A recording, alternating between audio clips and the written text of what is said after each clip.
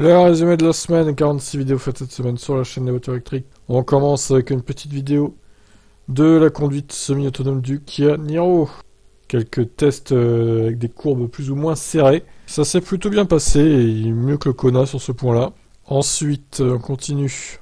L'État du Wyoming va interdire la vente de voitures électriques en 2035. Bon, il y a une partie 2 à ça du coup. CRS5, un nouveau SUV électrique chinois bientôt dispo en Europe. La marque CRS donc, qui s'implante de plus en plus. Un nouveau modèle Y avec cellule 4180 lancé aux États-Unis et bientôt pourquoi pas en Europe. Affaire à suivre. Volvo améliore l'autonomie de ses XC40 et C40 recharge avec un prix en hausse également. Ah bah, l'un ne va pas sans l'autre, hein, forcément. Renault développerait un chargeur interne révolutionnaire, mais qui serait pas prêt avant plusieurs années. Et oui. Tesla a discrètement augmenté le prix de certaines options en Amérique du Nord et bientôt en Europe. En général, ce qu'ils font en Amérique du Nord, ça arrive en Europe quelques mois après quand même. Hein. Bon, on verra.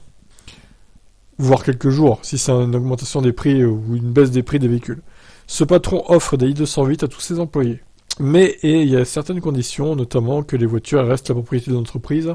S'ils quittent l'entreprise, les gens, ils n'embarqueront pas la voiture avec eux. Citroën dévoile une C3 électrique pour le marché indien dans un premier temps, donc pas sûr que ce soit cette C3 électrique-là qui arrive en France. De toute façon, on va le savoir très vite, c'est cette année qu'elle est censée être proposée à l'achat, normalement. On verra bien. Volkswagen fait une croix sur les pompes à chaleur pour l'ID4, donc pas top. Pénurie de composants, etc. Le blabla habituel, quoi. Toyota va supprimer une partie de sa réserve sur le BZ4X. Il semblerait qu'il y avait un tampon de 8 kWh au final, ce qui représente une bonne cinquantaine de kilomètres, hein, finalement. Donc ils vont la diminuer à 3 ou 4% seulement. Et comme ça, le véhicule va gagner de l'autonomie, automatiquement. Il y a beaucoup de tâtonnements chez Toyota avec ce BZ4X, on sent qu'ils sont pas du tout au point. Leapmotor T03, une citadine électrique qui arrive en France très prochainement. Bon, c'est toujours bien, des petites citadines comme ça, à prix contenu, avec une autonomie, on va dire, acceptable. Uber propose officiellement des Tesla en location pour ses chauffeurs en Europe. Bon, par contre, c'est très cher, pour le coup. Une Model 3 détruite à Vancouver, le conducteur accuse la voiture alors qu'il serait fautif. Bon, encore une fois, le problème se situe entre le siège et le volant. Terrible, hein. Ce préparateur crée une Ford Mustang Mach-E version corbillard. Alors, il y avait déjà eu une Model S version corbillard, une Model 3 aussi. Maintenant, c'est la version de la Ford Mustang qui a été découpée et créée, enfin découpée, allongée surtout, et ça devient donc un corbillard magnifique. Toyota dévoile une version à batterie et hydrogène de sa AE86, donc c'est des concepts qui n'auront jamais de ces versions de série, forcément. Chevrolet Corvette E-Ray, une hybride simple pour la nouvelle sportive de la marque. Et oui, elle ne sera pas électrique, dommage. Baisse du prix des kilowattheures sur les superchargeurs Tesla en France. C'est toujours bon à prendre. Une baisse de prix. Comme les voitures d'ailleurs, Tesla qui ont bien baissé. La Model 3 dévoile à nouveau ses qualités amphibies dans cette nouvelle vidéo. À ne pas reproduire chez soi, on sait jamais.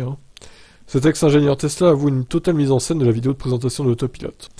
Voilà, qui n'est pas très sympa de la part de Tesla. Le patron de Citroën dézingue les SUV électriques, ils seront bientôt interdits selon lui.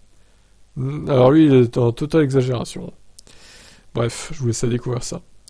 Alors, Musk lance un sondage, plutôt Instagram ou Twitter. Je crois que les deux sont complémentaires, ils n'ont pas la même fonction, donc il y a de la place pour tout le monde. Suite à la récente baisse de prix, la demande s'envole pour les Tesla aux US. Et partout dans le monde, même en France. Je pense que là, il y a une recrudescence des commandes. La société Arval passe une énorme commande de 10 000 Lightyear 2, ce qui est juste colossal, sachant qu'on n'a pas beaucoup d'infos sur cette voiture pour l'instant. Le plus grand gisement connu de terres rares découvert en Suède, mais il a un petit souci. Eh oui, il ne sera pas exploitable avant très longtemps. Le modèle Y a été la voiture la plus vendue en Europe pour le deuxième mois consécutif en décembre. Ouch. Rennes, une Model 3 carbonisée par des casseurs sans scrupules lors d'une manifestation contre la réforme des retraites. Bon, voilà. Ils ont vu une Tesla, c'est une voiture de riche, vite, brûlons-la, vite, brûlons les capitalistes. Alors que la Model 3, elle n'est pas donnée, mais on peut pas considérer que c'est une voiture de riche. Désolé, Une voiture de riche, pour moi, c'est les voitures qui coûtent 70, 80 000 euros, quoi. Ou voire même 60, ouais. Là, ça commence à être voiture de riche. Et voiture d'ultra riche, c'est celle qui coûte 200, 300 000, etc., quoi. Après, voilà. Je trouve ça dommage de brûler des voitures, d'ailleurs qu'elles soient thermiques ou électriques. Les gens en question, ils y sont pour rien, quoi. Franchement, hein. Croyant que c'est une thermique, elle tente de remplir d'essence ce modèle 3. Alors vous avez surtout dit en commentaire que c'était une mise en scène. Moi je pense aussi, honnêtement, on peut pas être aussi bête, c'est pas possible. Au bout d'un moment, c'est juste inconcevable. Enfin bon, je sais pas. Hein. Il faut tout pour faire un monde après. Hein. La No Smoke va renaître avec de nouvelles versions suite à ce nouveau repreneur, Kate. Bon, bref, No Smoke, voilà, après, aucun intérêt. Hein. Xpeng casse ses prix en Chine pour lutter contre Tesla. Eh ben oui, tu m'étonnes. Donc Wyoming, partie 2. Les sénateurs pour pétrole n'auront pas gain de cause concernant l'interdiction des VE dans l'État. Eh oui, vos pétrodollars ne vous serviront pas, les gars. Vendu. Collabo. La marque Van Wall renaît de ses cendres et se lance dans l'électrique avec la Vandervelde, qui aura donc 2 modèles différents. NIO perd son procès contre Audi et va devoir renommer ses ES6 et ES8 en Europe. Ça serait a priori EL6 et EL8 à la place. Tesla permet désormais d'acheter le FSD et le AP avec des crédits de parrainage aux États-Unis. Alors on attend toujours hein, ce programme de parrainage en France. Est-ce qu'il va vraiment arriver? Bon, je pense que oui à terme, mais pour l'instant c'est pas le cas. Attention, des Volkswagen ID4 illégaux circuleraient actuellement sur le marché européen, enfin illégaux, non conformes on va dire, vu que y a certaines mesures à prendre pour les commercialiser en Europe. Il n'y a pas les mêmes, notamment au niveau de l'e-call, l'appel téléphonique en cas d'urgence, là, il y a des trucs qu'il faut rendre conformes pour l'Europe. Bon, a priori, c'est pas le cas. Donc il y a des petits magouilleurs qui s'amusent à vendre des ID4 chinois, en gros. Pas bien. Le mode électrique du Jeep 4XE ne fonctionne pas dans le froid.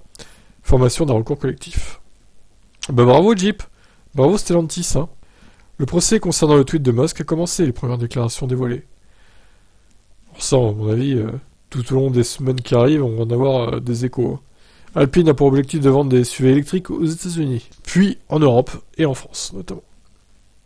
Aptera, Launch Edition, lancement imminent de la voiture solaire. Bon, évidemment, aux États-Unis dans un premier temps, à voir si en Europe elle arrivera, peut-être, ne jamais dire jamais. Le modèle Y remporte le prix de la sécurité décerné par Whatcar. Bravo, de toute façon, Tesla c'est du solide. Hein. Cathy Wood, l'action Tesla sera multipliée par 5 dans les 5 ans qui viennent. Ça, j'attends de voir. Hein. Paraît un peu optimiste. VinFast annonce des promotions à venir pour contrer Tesla. Eh oui. Corvette E-Ray, voici pourquoi Chevrolet n'a pas produit sa version 100% électrique à cette voiture donc. Un Tesla semi encore en panne, cette fois celui de Frito-Lay.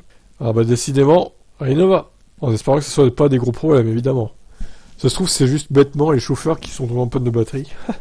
Non, je pense pas quand même. Ce serait un peu idiot. Hein. Tesla a la puissance du volant chauffant, bientôt réglable.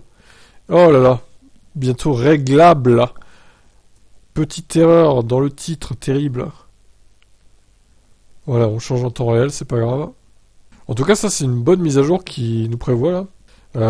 En fait, on pourra régler l'intensité du volant chauffant sur les Tesla, ça c'est pas mal quand même. Parce que sur les autres voitures, en gros, activation on-off, il n'y a pas de réglage à avoir. Mais régler l'intensité, c'est pas mal en vrai. Et enfin, vidéo Le Bon Coin pour finir. Des modèles 3 en pagaille sur Le Bon Coin et sur le site Tesla aussi, à des prix défiant toute concurrence. Hein. Notamment sur le site Tesla, cette longue range, 120 000 km, moins de 34 000 euros. Alors cette, elle est de 2020, bon, elle commence à dater un peu, mais bon. Moins de 34 000 euros quand même, hein. Une longue range. Les prix sont cassés là, vraiment. Bon bref, je vous laisse commenter et puis vous abonner à mes autres chaînes, si le cœur vous en dit. Évidemment, tous les liens sont en description. Bien sûr. Et je vous dis à demain pour d'autres actus sur la chaîne des voitures électriques. Bonne fin de dimanche.